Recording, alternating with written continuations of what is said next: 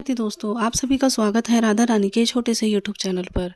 जैसा कि आप सभी को पता है, मैं आपके लिए सालाना और मासिक आने वाले 30 त्योहार, उनकी जानकारी, पूजा का शुभ मुहूर्त, साथ ही साथ व्रत और व्रत की कथाएं आपके साथ शेयर करती रहती हूँ। हर महीने आने वाले जो भी मासिक सालाना 30 त्योहार होते हैं, उन सभी की संपूर्ण जानकारी मेरे चैनल पर आपको पूर्ण रूप से मिल जाएगी। इसी के साथ साथ भारत में जितने भी धार्मिक स्थल हैं, उन सभी धार्मिक स्थल की जानकारी भी आपको मेरे चैनल पर संपूर्ण रूप से मिलती है।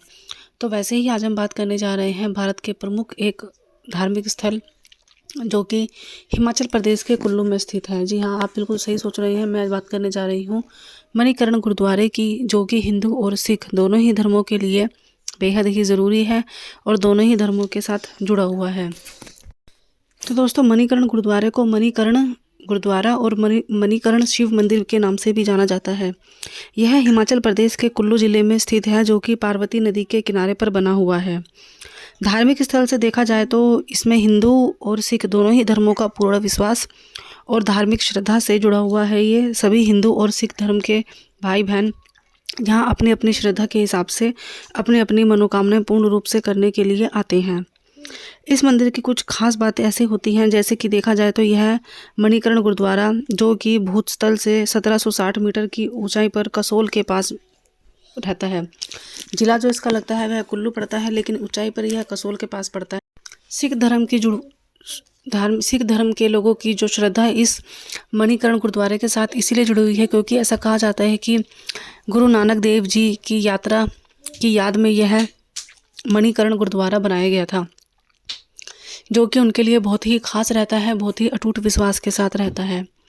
और हिंदू धर्म की जो श्रद्धा और विश्वास है, वो इस मणिकर्ण मंदिर के साथ इसलिए जुड़ी हुई है, क्योंकि ऐसा कहा जाता है कि माता पार्वती के भ्रमण के दौरान यहाँ पर उनका कान की बाली गिरी हुई थी, जिसके चलते इसका नाम मणिकर्ण रखा गया।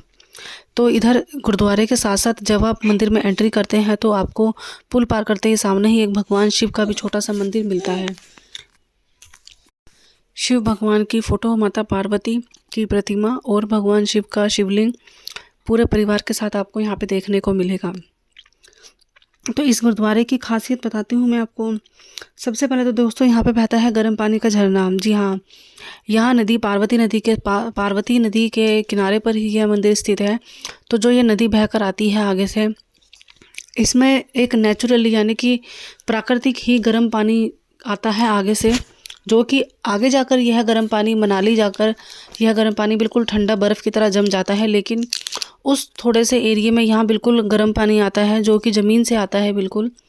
और ऐसा कहा जाता है कि इस गर्म पानी के लिए, जैसे गुरुद्वारे में लोग आते हैं तो आप सभी को पता होगा, गुरुद्वारे में नहाने के लिए सरोवर बनाए होते हैं, महिला के लिए अलग, पुरुष के लिए अलग। तो वो सरोवर में भी जो यहीं का गर्म पानी जाता है। साथ ही साथ आप सभी को पता है, गुरुद्वारे में जो है, गुरुद्वारा एक ऐसी जगह है जहाँ पर आपको हमेशा खाने को लंगर या कुछ ना कुछ मिल ही जाता है। यदि आप गुरुद्वारे में जाते हैं तो आप वहाँ से भूखे वापस नहीं आते हैं। तो मणिकर्ण गुरुद्वारे के लिए भी जो लंगर तैयार किया जाता है, आलू चावल प्रसाद जो भी यहाँ बनाया जाता है लंगर के लिए, वह सब बिना गैस बिना स्टोव के यहीं बनाया जाता है। यानी कि जैसे आपको आलू के लिए कुछ आलू उबालने हैं तो आलूओं को धोकर इस पानी में डाल दिया जाता है बाल्टी में भरकर, और वह कुछ थोड़ी देर के बाद अपने आप गर्म होकर उबल जाते हैं। अगर आपको चावल बनाने होते हैं तो चावल भी वह पतीले के अंदर, बाल्टी के अंदर डालकर पानी के अंदर छोड़ देते हैं और वह अपने आप ही गर्म हो जाते हैं। तो ये यहाँ पर प्राकृतिक तौर पर प्राकृतिक तरीके से बनाया गया लंगर होता है। और उसके बाद जो भी खाने में अलग से अंदर से जो है गैस का इस्तेमाल कर लिया जाता है थोड़ा बहुत।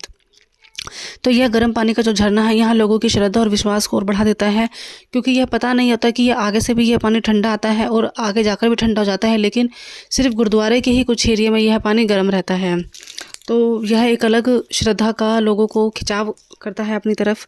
दूसरा कि धार्मिक स्थल है ये, जैसे कि मैंने आपको बताया कि यह माता पार्वती के कान की बाली गिरी थी, तो जिस वजह से इसका नाम मणिकर्ण रख दिया गया था। और साथ ही साथ गुरुदेव नानक जी की यात्रा की संपूर्ण तौर पर यह याद में बनाया गया था। तो यह हर धर्म सिख और हिंदू दोनों ही धर्म के लोगों के लिए बहुत ही खास स्थल माना जाता है, बहुत ही विश्वासदायक स्थल माना जाता है। तो दोस्तों, जो ये गुरुदेव मणिकर्ण गुरुद्वारा है, अब मैं आपको बता देती हूँ कि आपको मणिकर्ण गुरुद्वारे में कैसे पहुँचा जा सकते हैं। तो सबसे पहले तो यदि आप मान लीजिए अगर आप दिल्ली की साइड से आ रहे हैं तो दिल्ली पड़ता है, हरियाणा पड़ता है, फिर आपका पंजाब पड़ता है और चंडीगढ़ से फिर आपको हिमाचल का रास्ता कट जाता है, शिमला हिमाचल का। ठीक है, तो आपको करना क्या है, जैसे कि आप दिल्ली से आ रहे हो तो आपको दिल्ली के कश्मीरी गेट ISBT कि जहाँ से आपको पूरे इंडिया के किसी भी स्टेट की बस मिल जाती है, वहाँ से आपको सीधा कुल्लू की रोडवेज लेनी है, यानी कि हिमाचल प्रदेश की रोडवेज बस लेनी है, या फिर वहाँ पर प्राइवेट वोल्वो बस भी बन के चलती हैं, आप ऑनलाइन बुक करा सकते हो या वहाँ पर जाकर भी अपनी सीट बुक करा सकते हो। जैसे कि अगर आप बस लेते हो तो आपको बस छोड़ेगी कुल्लू मनाली बस स्टैंड पे। तो यदि आप कुल्लू के बस स्टैंड पे उतरते हो तो यह आपको 45 किलोमीटर दूर पड़ेगा मणिकर्ण गुरुद्वारा। यदि आप कसोल या भूतल उतरते हो थोड़ा सा आगे जाकर, तो कसोल और भूतल से यह गुरुद्वारा लगभग 35 किलोमीटर की दूरी पे है, जो कि 1 से लेकर 2 घंटे का समय आपको पहुंचाने में लगता है। तो आप इन तीनों में से कुल्लू, मनाली, कसोल या भूतल किसी भी बस स्टैंड पर उतरकर आपको प्राइवेट टैक्सी, रेगुलर जो टैक्सी होती है वहाँ पे रेगुलर सवारी आपको मिल जाएगी। दिल्ली से मणिकर्ण गुरुद्वारा पहुँचने का लगभग 12 से लेकर 14 घंटे का सफ़र होता है, यदि आपको कोई जाम या कोई परेशानी ना हो तो। ठीक है, ये तो मैंने आपको बताया बस का रास्ता।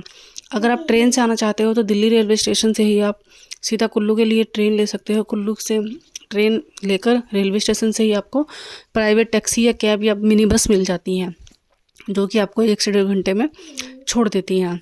अगर आप बाय प्लेन आना चाहते हैं तो प्लेन से भी सेम रास्ता रहेगा आपका। आप दिल्ली के इंदिरा गांधी एयरपोर्ट से आप कुल्लू के लिए प्लेन ले सकते हो, या फिर आप जिस स्टेट में रहते हो वहाँ पर आप देख लीजिए नियर बाय कौन सा एयरप्लेट है,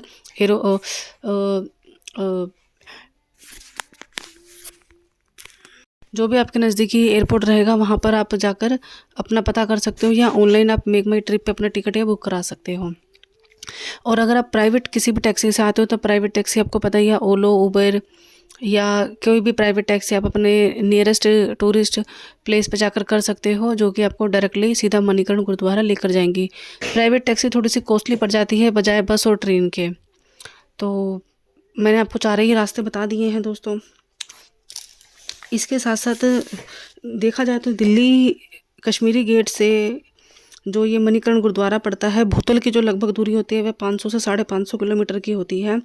तो आप अपने घर से यह मानकर चलिए कि 12 से लेकर 15 घंटे, आधा दिन आपको लगने वाला है। यदि आप रात को 12 बजे चलोगे तो आप सुबह 12 बजे ही पहुँचोगे। यदि आप रात को 7-8 बजे चलोगे तो सुबह 8-9 बजे ही वहाँ पहुँचोगे, बशर्ते वहाँ पर जाम ना हो बारिश का, और ये ऐसा कोई रेनिंग सीज़न ना हो और ना ही बर्फ़बारी हो वहाँ पर।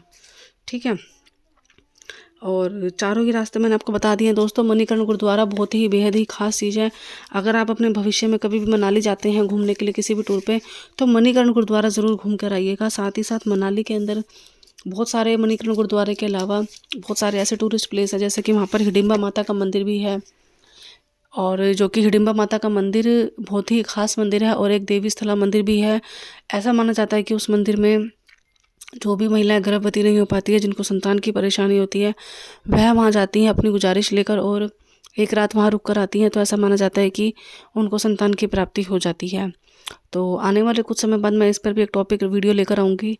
यदि अगर आपको मेरी वीडियो अच्छी लगे, मेरा कंटेंट पसंद आया तो प्लीज़ मेरे चैनल को सब्सक्राइब कीजिएगा, मेरी वीडियो को लाइक और शेयर कीजिएगा।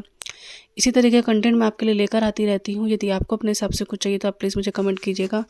मैं आपकी जो भी कमेंट होगा ज़रूर उसको पूरा करने की कोशिश करूँगी। राधे राधे।